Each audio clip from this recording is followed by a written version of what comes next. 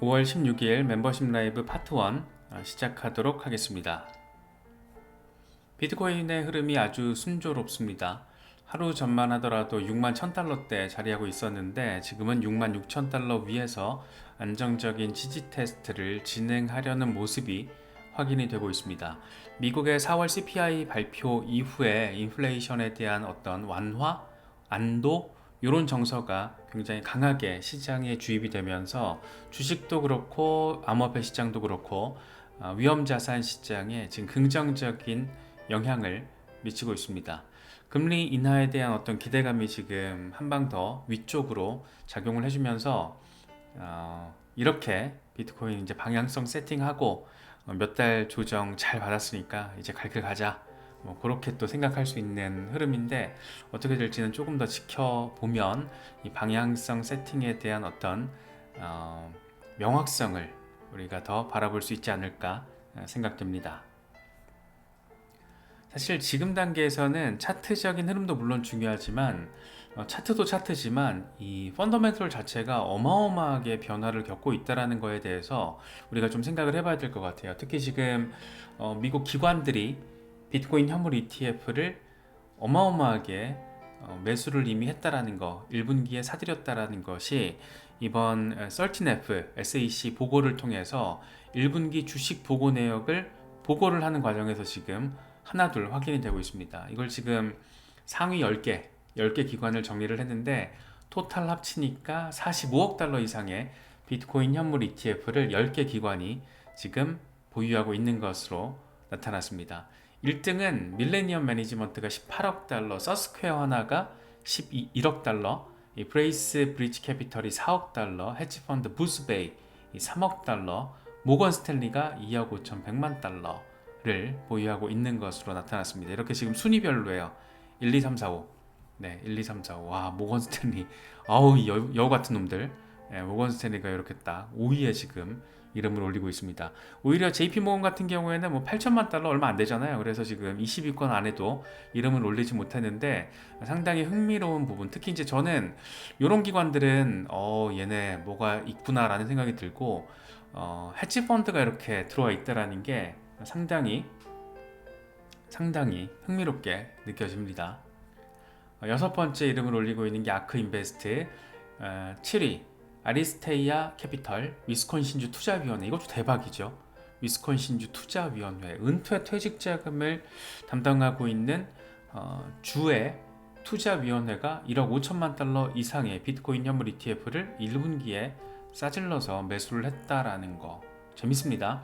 텍사스의 투자 자문 기업인 HBK도 1억 달러 규모, 그레이엄 캐피털도 9,375만 달러 규모의 비트코인 현물 ETF를 1분기에 매수를 한 것으로 보유하고 있는 것으로 나타났습니다. 지금 2분기도 거의 이제 끝물을 향해서 나아가고 있기 때문에 중반을 넘어섰기 때문에 추가적으로 여기서 더 물량이 실제적으로는 늘었을 가능성도 충분히 우리가 생각을 해볼 수가 있겠죠. 비트코인 현물 ETF 자체에 대한 어떤 순유입 상황도 이어지고 있습니다. 현지 시간으로 15일 기준으로 3억 300만 달러 규모가 순유입이 됐고, 재밌는 거는 이제 그레이스케일 GBTC 2,700만 달러 순유입, 피델리티가 1억 3,100만 달러 순유입, 이렇게 지금 확인이 되고 있습니다. 그레이스케일 GBTC 거지같이 비싼 수수료로 인해서 환매 물량이 쏟아지면서 어마어마하게 비트코인 현물 가격에 악재로서 영향을 미쳤었는데 최근에 순유입세가 처음으로 확인되면서 엄청난 관심을 이끌었고 이제 이렇게 순유입이 고만고만하게 이어지고 있는 상황도 포착이 되고 있습니다. 상당히 흥미로워요. 상당히 흥미로운 부분이고 지금 약간 빠질 때도 있고 한데 그럼에도 불구하고 들어올 때도 있고 이런 상황, 어마어마하게 시장에 악재 재료로서 역할을 했던 곳이다 보니까 더 눈에 띌 수밖에 없는 것 같습니다. 메테오건 얘기가 진짜 재밌더라고요. 저는 개인적으로 이런 우리 같은 일반인들은 ETF를 투자하는 대형 기관들의 그 생리에 대해서 명확하게 알기가 어렵잖아요. 그거에 대해서 메테오건처럼 이제 비트와이즈 CIO 이런 사람들한테는 이 파트너 고객님들이니까 그런 고객님들을 이제 대응을 하면서 그런 생리에 대해서 우리보다 훨씬 더 구체적으로 잘 알고 있을 거고, 그래서 이런 멘트들이 개인적으로는 우리 같은 사람들한테는 도움이 많이 되는 멘트라고 생각을 합니다. 1분기에 설치네프 보고서를 통해서 지금 기관들의 물량들이 확인이 되고 있는데, 사실 이거는 계약금에 불과해. 아직 잔금 안 치렀어. 뭐 이런 얘기하고 있는 거죠. 6개월 뒤에 1에서 5%, 그러니까 전체 포트폴리오의 1에서 5% 수준으로 비트코인 현물 ETF에 할당이 될 것으로 예상이 된다. 이거는 이 사람이 비트와이즈 CIO가 지금 이런 얘기를 한다는 것은 자기들의 고객 기관들이랑 지금 이런 얘기를 주고받고 있다라는 걸 의미하는 거겠죠. 그냥 자기가 하고 싶은 말을 꼴리는 대로 지금 하는 말이 아니라는 거죠. 그래서 더 의미 부여가 되는 거고, 6개월 뒤라는 게 진짜 올해 이제 하반기 끝물이잖아요. 우리가 지금 기대하고 있는 포인트가 9월부터의 포물선형 랠리 반등이니까 얼추 맞물려요. 그래서 되게 재밌는 상황이 펼쳐질 수도 있겠다. 뭐 그런 생각이 듭니다. 메토어건 같은 경우에는 실사에서 할당까지 보통 기관들이 결정하는데 6개월에서 12개월 소요된다, 이런 얘기도 하더라고요. 그래서 초기 할당 이후에 6개월 뒤에 전체 고객에 대한 할당이 이루어진다, 뭐 이런 얘기도 하고 있습니다. 상당히 흥미로운 지점이죠. 요게 대박이라고 저는 생각을 해요. 요게 진짜 큰 소식이라고, 이슈라고 생각을 합니다. 시카고 상품거래소 CME가 비트코인 현물 거래 서비스 출시를 준비하고 있다라는 소식을 이 파이낸셜 타임스가 지금 보도를 해버렸습니다. 이 CME는 규제된 시장에서 거래를 원하는 기관들과 이 현물 거래 서비스 출시를 지금 논의하고 있다.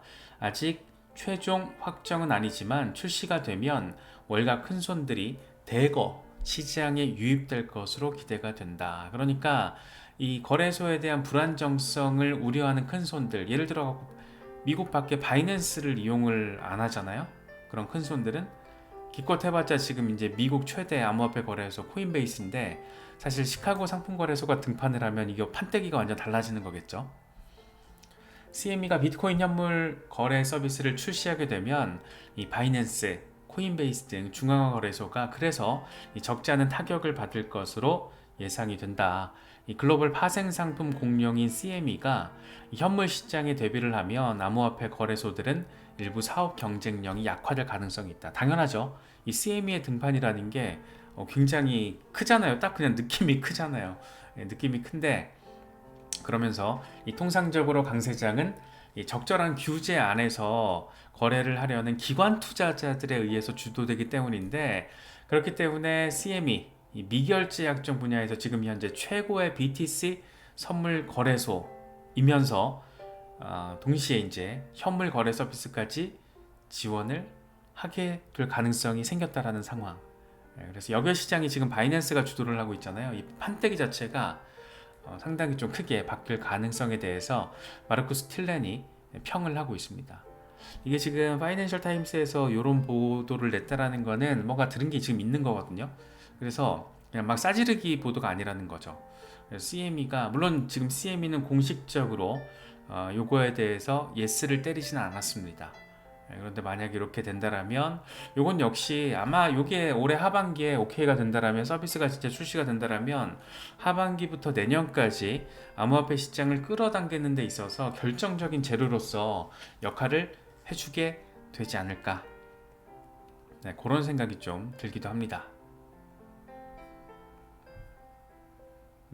시세 흐름에 대해서 좀 짚어보면 렉트캐피탈은 이렇게 얘기를 합니다. 비트코인이 이번 반등으로 인해서 일간 하락 추세, 상단 저항 라인을 깨버렸고 시간은 걸리겠지만 전고점은 결국 돌파를 할 것이다. 74,000달러 간다라는 거죠. 이 반감기 이후에 위험 구간을 벗어나서 이 재축적 단계에서 반등에 성공을 했다.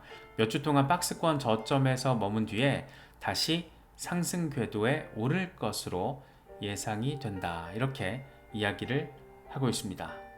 흥미롭죠? 뭔가 이렇게 크게 꽂혀버리니까 위쪽으로 어떤 더 기대감을 더 키우는 것 같아요. 젤레 같은 경우에는 이 투자의 기본 준비된 플랜이 뭔가에 대해서 그 의미를 다시 한번 이야기를 하고 있습니다. 나는 저점 부근에서 이때 말하는 거예요. 저점 부근에서 매수를 한 이후에 9개월 축적 이후 고점 부근에서 첫 매도를 했다. 다음 랠리를 지금 기다리고 있고 계획은 동일하다.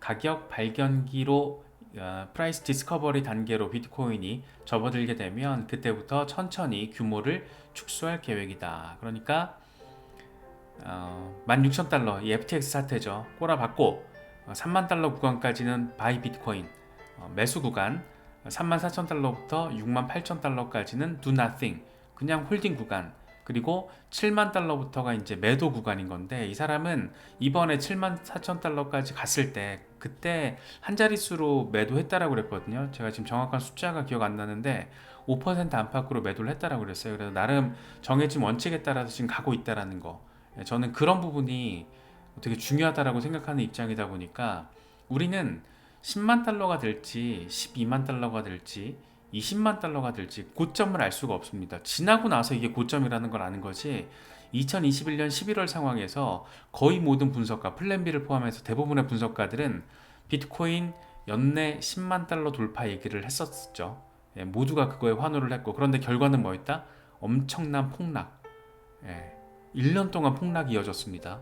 그래서 이런 상황들을 좀 우리가 생각을 해보면 항상 고점은, 해당 사이클의 고점은 지나고 나서 알게 되는 것이더라.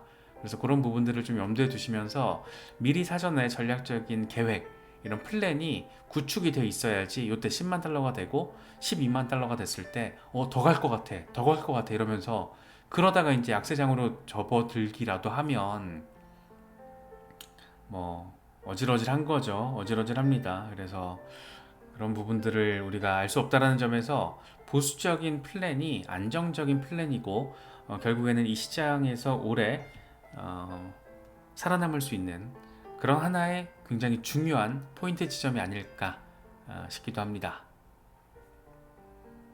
요다 같은 경우에도 재밌는 얘기를 해요. 비트코인에 대한 탐욕 감정이 다시 리셋이 됐다. 다음 목표는 11만 5천 달러, 이후에 14만 달러까지 가게 될 것이다 라는 점을 주간 차트를 통해서 이야기를 하고 있습니다. 이미 포물 선형을 잘 그리고 있고, 이번에 한번 털어냈기 때문에 극도의 탐욕 단계, 그런 정서들이 리셋이 되면 손바뀜이 됐다라는 거죠. 그렇기 때문에 다음 단계에서는 14만 달러까지 우리가 내다볼 수 있다라는 상당히 전폭적인 얘기. 이거는 근데 다음 목표라는 게 이번 사이클의 고점을 이야기하는 것 같아요. 표시해 놓은 부분들을 보면 아니네? 올해 연내 타깃이네요. 그랬으면 좋겠긴 한데 연내 14만 달러는 좀 높은데? 라는 생각이 들기도 합니다. 개인적으로는. 네겐트로픽도 재밌는 얘기를 하더라고요. 지금 CPI와 소매 판매를 통해서 연준의 비둘기적인 입장이 취해질 수 있는 그런 문이 열렸다. 그래서 비트코인이 6만 9천 달러 이후에 8만 4천 달러까지 상승할 것으로 예상을 하고, 알트코인들도 강세를 보일 가능성이 높다. 이렇게 긍정적인 부분에 방점을 찍고 있습니다. 일간 차트인데 일간 차트가 좀 너무 예쁘죠. 빵! 진짜 갈 것 같은데? 라는 생각이 조금 강하게 드는 그런 부분입니다. QCP 캐피탈에서는 전고점 7만 4천 달러까지 다시 상승할 수 있는 강세 모멘텀을 기대하고 있다. 그러니까 이번 CPI 발표 이후에 이런 얘기를 하는 거예요.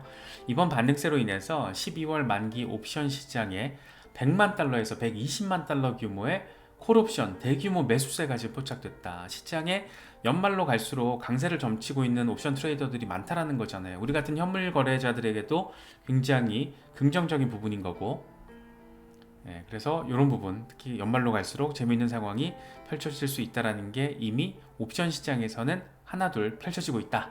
이렇게도 바라볼 수 있을 것 같습니다. 플랜 B, 조만간 수직 상승할 가능성이 있다. 이 반감기 이후에 채굴자 수익이 회복되는데 보통 2개월에서 5개월 정도, 그 뒤에 이제 수직 상승할 가능성이 있는데, 이제 한 달 지났고 두세 달 정도 지나고 나면 그 사이에 수직 상승할 가능성을 이야기하고 있습니다. 예를 들어서 5개월 정도 잡으면은 얼추 이제 하반기 연말이잖아요. 그래서 그렇게 되면 이런 것들이랑 지금 또 맞물리잖아요. 맞물리고 혹시라도 이런 일이 올해 연내 하반기에 벌어진다라면 이런 긍정적인 재료들이 굉장히 큰 영향을 미치게 될 겁니다. 채굴자 수익 회복 시기 CME, 비트코인 현물 지원 이런 것들 잘 맞물리게 되면 의미 있는 연말 선물을 우리가 받게 될 수도 있지 않을까, 뭐 그런 생각이 들기도 합니다.